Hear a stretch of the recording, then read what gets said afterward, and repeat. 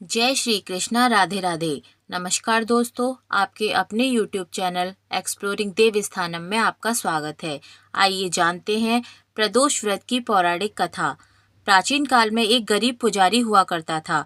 उस पुजारी की मृत्यु के बाद उसकी विधवा पत्नी अपने भरण पोषण के लिए पुत्र को साथ लेकर भीख मांगती हुई शाम तक घर वापस आती थी। एक दिन उसकी मुलाकात विदर्भ देश के राजकुमार से हुई, जो कि अपने पिता की मृत्यु के बाद दर दर भटकने लगा था। उसकी यह हालत पुजारी की पत्नी से देखी नहीं गई। वह उस राजकुमार को अपने साथ घर ले आई और पुत्र जैसा रखने लगी। एक दिन पुजारी की पत्नी अपने दोनों पुत्रों को शांडिल्य ऋषि के आश्रम ले गईं। वहां उसने ऋषि से शिवजी के प्रदोष व्रत की कथा एवं विधि सुनी तथा घर जाकर अब वह भी प्रदोष व्रत करने लगी। एक बार दोनों बालक वन में घूम रहे थे।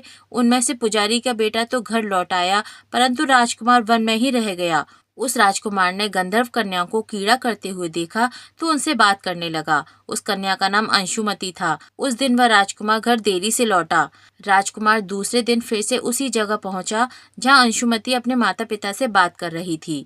तभी अंशुमति के माता पिता ने उस राजकुमार को पहचान लिया तथा उससे कहा कि आप तो विदर्भ नगर के राजकुमार हो ना, आपका नाम धर्मगुप्त है। अंशुमति के माता पिता को वह राजकुमार पसंद आया और उन्होंने कहा कि शिवजी की कृपा से हम अपनी पुत्री का विवाह आपसे करना चाहते हैं। क्या आप इस विवाह के लिए तैयार हैं? राजकुमार ने अपनी स्वीकृति दे दी तो उन दोनों का विवाह संपन्न हुआ।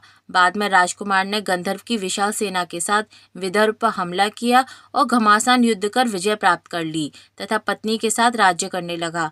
वहां उस महल में वह पुजारी की पत्नी तथा पुत्र को आदर के साथ ले आया तथा साथ रखने लगा। पुजारी की पत्नी तथा पुत्र के सभी दुख व दरिद्रता दूर हो गई और वे सुख से अपना जीवन व्यतीत करने लगे।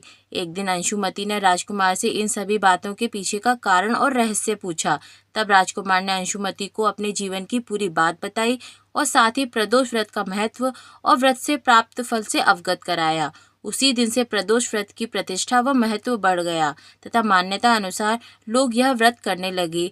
कई जगहों पर अपनी श्रद्धा के अनुसार स्त्री पुरुष दोनों ही यह व्रत करते हैं। इस व्रत को करने से मनुष्य के सभी कष्ट और पाप नष्ट हो जाते हैं एवं मनुष्य को अभीष्ट की प्राप्ति होती है। बोलिए पार्वती पति महादेव की जय।